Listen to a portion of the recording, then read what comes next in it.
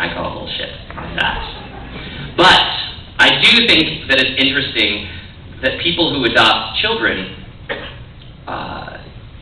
don't refer to their adopted children as rescue. I think that's kind of an interesting thing. You never hear something. Oh, this is Bong Hai-Vu, and he's a rescue. He's a rescue. We rescued him from a 17-year-old single mother, and we're very proud of that. We understand he looks differently than our two other children, Hunter and Cooper,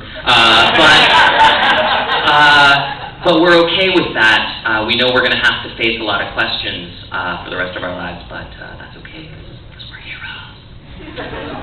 Bullshit on the rescue. But I will say this, and this is actually my final piece to leave with you before I bring out our first performer here tonight. I do have one, it's not really a political hot button issue, but I think everybody in this room can probably get on board. My sort of pet peeve social issue is really intolerance. I think intolerance is bullshit. Can we agree on that? Racism, sexism, homophobia, xenophobia, it's all a bunch of bullshit. But there is, however, one kind of intolerance that I do actually respect, and that is lactose intolerance. Because those people are so intolerant of dairy, they shit their pants. Okay? And that takes commitment. All right? As a matter of fact, I'll tell you what. If you are so homophobic that when you talk to a gay person, you crap yourself, you can have your hate. You've earned it. All right? Anything short of filling your drawers, and you're not truly intolerant. You're just an asshole. All right? That's my time. You guys did a fantastic comedian. This guy, one of my favorites, a hilarious performer here in Seattle. Warm round of applause for the very funny Mr. Jason Goad, everybody.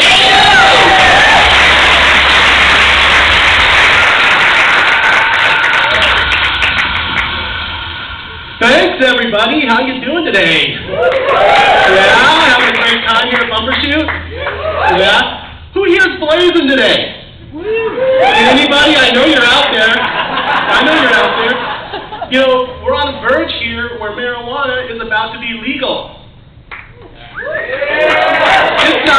It's not in the next election, but very soon. And I'm excited for that because I want to see how advertisers are going to market marijuana without marketing it towards children. First of all, children don't need marijuana. They're already irritating and hard to talk to as it is. But the problem is that stoners and kids, they like the same shit. So you couldn't have a commercial for what marijuana really does, because that would be a commercial of a guy watching cartoons and eating Captain Crunch.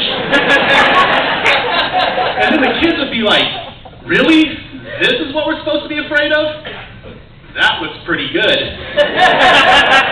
So you'd have to make that commercial make marijuana seem like the most dull product out there.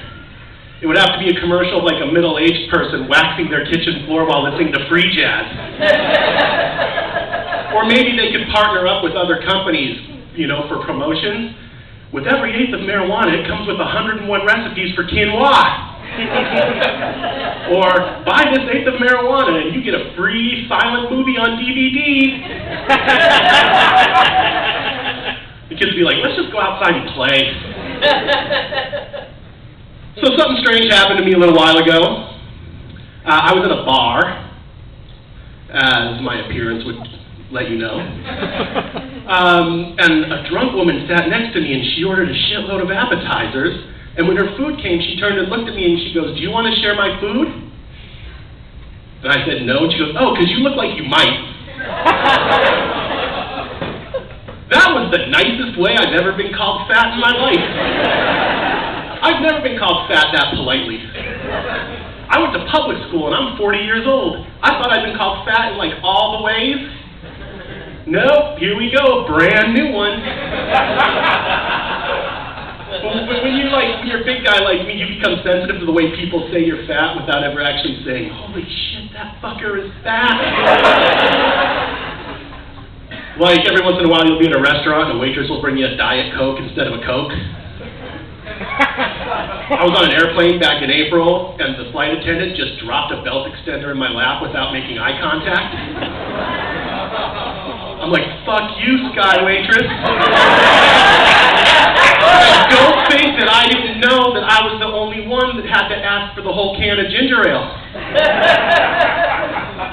One time, I had a friend try to buy pot off of me using a McDonald's gift card. And he didn't understand why that wasn't okay. I said, really? And he goes, well, I thought because... Like, I don't have a lot of shame about how I look, though. I once used my size to get out of a seatbelt ticket in Reno, Nevada.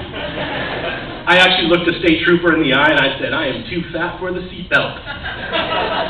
And then he paused and he looked at me like he was RoboCop going over my lie with his digital brain. He was like, too fast for belt. 95% probability. On your way, citizen. I'm breathtakingly fat, which means I have trouble with stairs. And I'm self-aware fat, which means I'll never tell you that I'm big boned or have a glandular condition. I'm fat because I love eating and I hate doing shit. Exercise is out of the question. Sometimes when I pass a gym while riding the bus, I'm ready for a nap. I look in the window and I see people exercising in there, and these people exercising just looks to me like how it would seem if you could see noise. And now at my day job, we just moved into a new building, and there's a gym in there, and we can use it for $15. Or so my shitty coworkers keep telling me. They're like, are you going to join the gym, Jason? It's only $15 to join the gym. It's only $15 to join the gym. And I tell them, yeah, I know it's $15 to join the gym, but we have a disconnect here because every time you say $15, I hear 18 beers. You could magically transform me into a gold medal winning athlete, and that gold medal would never make me feel as good as I do when I'm sleeping off a day drunk. Oh, man. So, I had to go to a wedding recently, which means I had to go shopping. And I hate shopping as it is because it doesn't matter what store I go into, everybody looks at me like I'm there to steal Sudafed. I'm like, hey man, this is Macy's. You don't even sell Sudafed. Can you please stop following me? I like to shop online because it's convenient, but also because when you look like this, you don't want to bring another human being into what it takes to adorn this, especially because this looks like a baby Ruth. This is really bad what I got going on under here, people. Really bad. This is what it would look like if you put tattoos on ice cream and then dropped it at the zoo. Like like from here to here on my body, that's like the only spot that doesn't grow hair. Unless you count like a spot right here that feels like a cat's tongue. And I got like stretch marks on my belly that are so big, I can use them as a coin purse. People are afraid to go through airport security through the full body scan because they are afraid that people will see them naked. They don't want the security people to see their genitals. I don't care about that. As a matter of fact, I hope my lackluster genitals are enough of a distraction so that they don't see the scar from a boil I had that leaked pus for 4 months like it was doing a paycheck job. But I had to do this shopping because I needed clothes for a wedding. I was in my best friend's wedding party, and that means I needed clothing that didn't have the words iron or maiden on them. So we went up to the wedding, my girlfriend and I, and on the car trip up there, we started talking, having those conversations, the 5-year conversations, the terrifying conversations. You know, like, oh, what if we got married?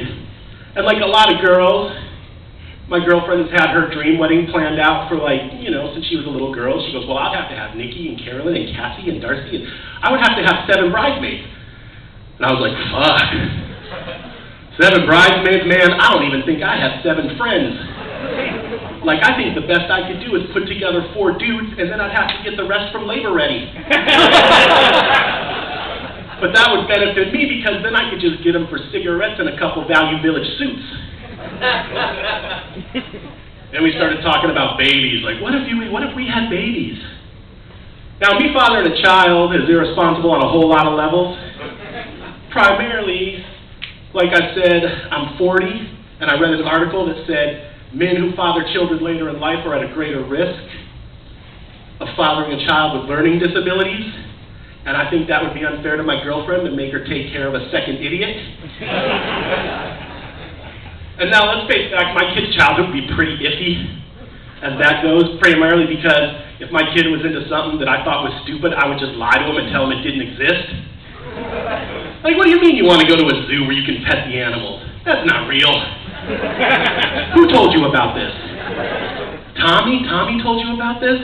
Your friend Tommy is a liar. You're not allowed to play with Tommy anymore. Now finish watching Reservoir Dogs and then it's off to bed.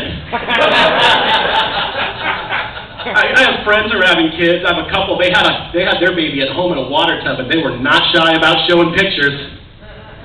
We were at a party, and the lady goes, "Here's me after the baby came." You know when you see something, and your brain doesn't know what it is, so it lies. It like tricks you into thinking you're seeing something else. I was like, why are you showing me deleted scenes from The Deer Hunter? Because, man, I thought I was looking at human rights abuse. I was like, who was your photographer, Amnesty International? And her friends, they're not helping anything. They're just going, oh, you look so natural. You look so natural. And I'm like, yeah, she looks natural, but you know where else you hear that phrase? At a funeral. And then they bring the baby out. Pass him around, and what's the first thing the baby does? The baby pukes right on his mom's tits. And all the ladies go, oh, isn't that precious? And I was like, whoa, whoa, whoa, whoa, whoa. So you're not going to kick him out of your house for a year? I get it. It's cute when he does it. Hey, thanks everybody. I'm Jason. Go. Have a great rest of your day.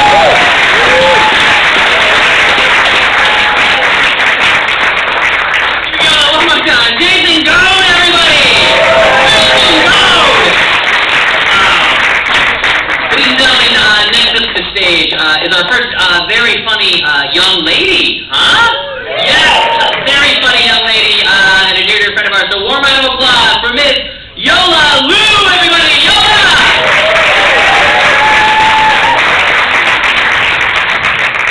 Hey guys, what's up? So, I had to cancel on a friend for lunch, and she, messaged me over IM, and she was like, you know what, don't ever do this to me again, because I really hate flaky people. And I was like,